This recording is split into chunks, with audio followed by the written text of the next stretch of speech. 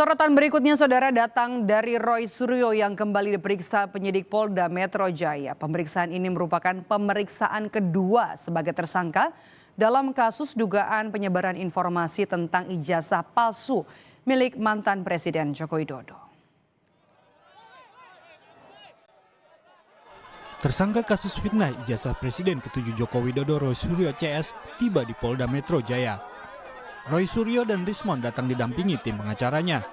Menurut tim pengacaranya Ahmad Kosinudin, salah satu tujuan kedatangannya adalah untuk mendesak Polda Metro Jaya melakukan gelar perkara khusus. Pihaknya sebenarnya sudah mengajukan gelar perkara khusus sejak beberapa waktu lalu, namun menurutnya permintaan itu belum ditindaklanjuti. Dan hari ini kami juga akan kembali mengirimkan permohonan gelar perkara khusus yang hari ini kami serahkan kembali ke Biro Wasidik. Dan sebenarnya ini juga sudah kami persoalkan karena dulu sudah ada gelar perkara khusus di Barreskrim ketika penyelidikan itu dihentikan. Tetapi kenapa saat di Polda penyelidikan itu ditingkatkan menjadi penyidikan, saat itu tidak dilakukan gelar perkara khusus. Dan dalam sebuah diskusi media bersama kuasa hukum saudara Joko Widodo, Bung Firmanto Laksana di Kompas TV saat itu juga menyampaikan tidak perlu gelar perkara khusus lah di tingkat ini nanti kalau sudah penyidikan. Dan hari ini sudah penyidikan sehingga tidak ada alasan bagi institusi Polri, apalagi di tengah wacana ya perbaikan kinerja institusi Polri, untuk tidak melakukan gelar perkara khusus sebagaimana sudah dilakukan oleh Mabes Polri pada Dumas yang dilakukan oleh TPUA.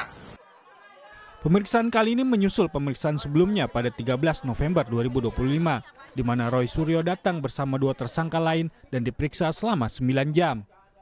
Ketiganya saat itu tidak langsung ditahan setelah mengajukan saksi dan ahli yang dinilai dapat meringankan.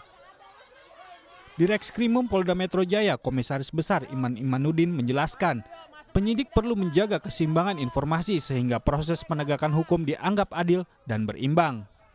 Pemeriksaan sudah selesai dilakukan untuk sementara waktu. Para tersangka sudah memberikan keterangannya. Setelah ini kepada ketiga tersangka kami perbolehkan untuk kembali ke rumahnya masing-masing. Kenapa demikian? Karena ketiga tersangka mengajukan ahli dan saksi yang meringankan. Tentunya dalam hal ini kami sebagai penyidik harus menjaga keseimbangan keterangan dan informasi sehingga proses penegakan hukum ini adil dan berimbang. Hingga saat ini penyidik belum memastikan apakah Roy Suryo akan langsung ditahan usai pemeriksaan. Tim Liputan, Kompas TV. Jangan beranjak dari